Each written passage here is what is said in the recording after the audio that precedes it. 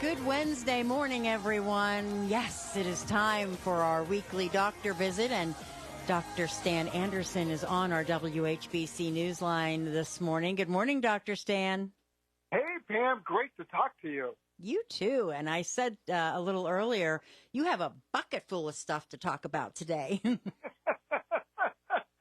I just wanted to catch up, let people know where we are with certain things. So I thought it was good to just kind of give an update on where we are with certain things.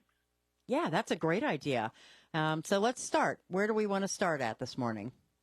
Let's talk about flu activity and COVID activity and viral illnesses. So if you remember back in December and January and much of February, it was awful. We had more people that were getting sick than we had in almost any other time. It wasn't always COVID, but there were so many people that were sick that if you had to go to the emergency department, there was often an 8-hour wait, sometimes a 12-hour wait, and it was awful. So what we now see is that the amount of the upper respiratory infections have started to go way, way down. So it's really cut back.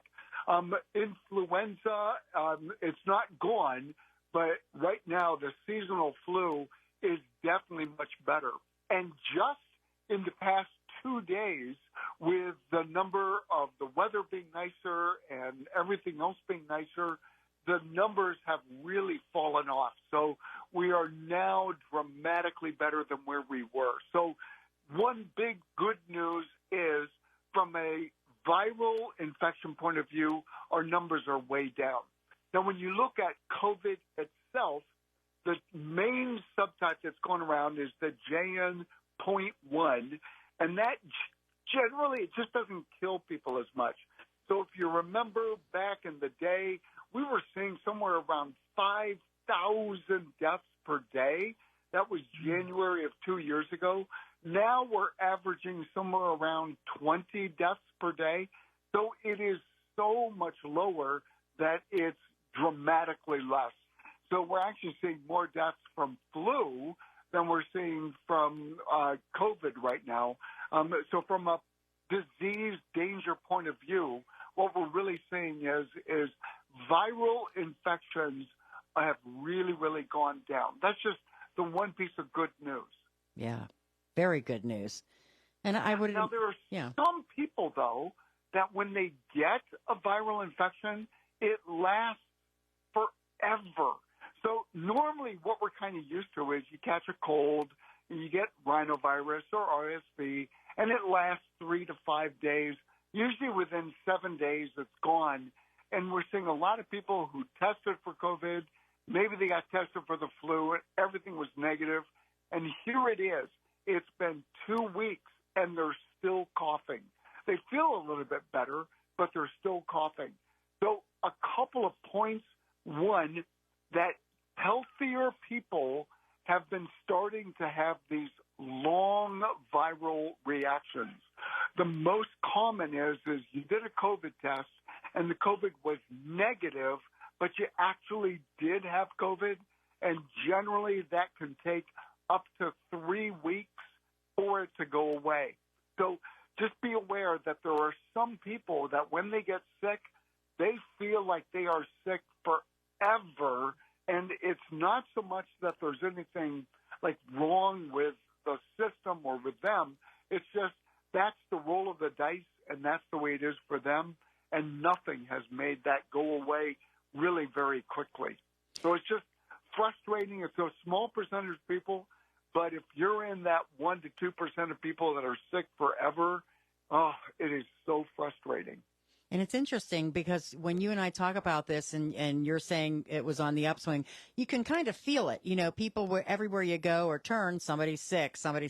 Now I can feel it also where that's tapered off. You know, I'm not seeing that many people that, you know, are at my workplace or, you know, around, Yeah, and that is a very, very good thing because clearly we don't want people to be sick. We don't want people to suffer. So that's the really, really important thing with that. All right. Also, an update on the fax hack that affected pharmacies. Yeah, so this was really strange where there were several pharmacies. So Giant Eagle was the one that affected us the most. We could not fax to Giant Eagle or Meijer or certain times to Walmart where we couldn't fax in controlled medicines. So what we had to do was we had to write it old school and give them a hard copy. So we don't know what happened. There's rumors that it was a Chinese hack or that it was a Russian hack. But for whatever happened yesterday, everything was fixed. So people that were struggling with, my provider said that they sent it in and it never got there. And this is the third time I've had to call. And what's going on? Why don't you guys get it together? And the answer was it was a hack of the system, and it was nationwide. And at this point, it looks like it's been taken care of. Oh, that's good. Because that could be very frustrating for you guys and for, everybody else. Boy. Oh, my goodness, for everyone, yeah. Yeah, that was rough. The final thing that I do want to mention is this whole thing about wellness exams. Now, wellness exams are something that are part of almost every insurance plan. And the interesting thing about a wellness exam is what people think that they are and what the government has designated that they are.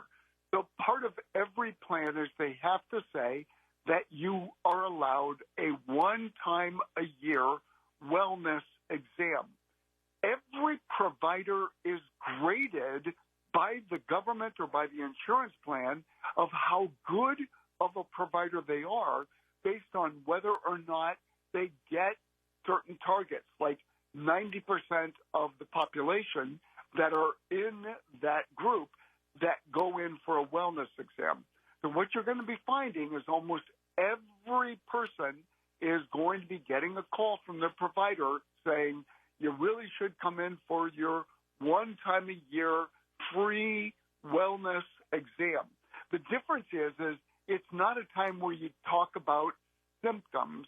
It's not where, my bursitis is acting up, or can you take the wax out of my ears? It's not allowed to have a procedure, but it is something that we are allowed to do preventative things. So if you have new symptoms, that's not part of a wellness exam, but the thinking is at least we can get you pointed in the right direction, and a wellness exam is something that everyone is going to be talking to every person about more because it is one of the main ways in which you end up seeing some doctors are graded as being better than others. And the main thing is, do they get their patients in to get a wellness exam every year? That's the key. So I just wanted to get that out and just let people know. Yeah, get it done. You'll feel better if you do, Yeah, and it's free. Yeah. And I've noted some people, we've been able to find cancer, we've been able to save people's lives. They had no symptoms. And because of the screens that we did, we ended up making a difference in people's lives. So, yes, it's good to get it done.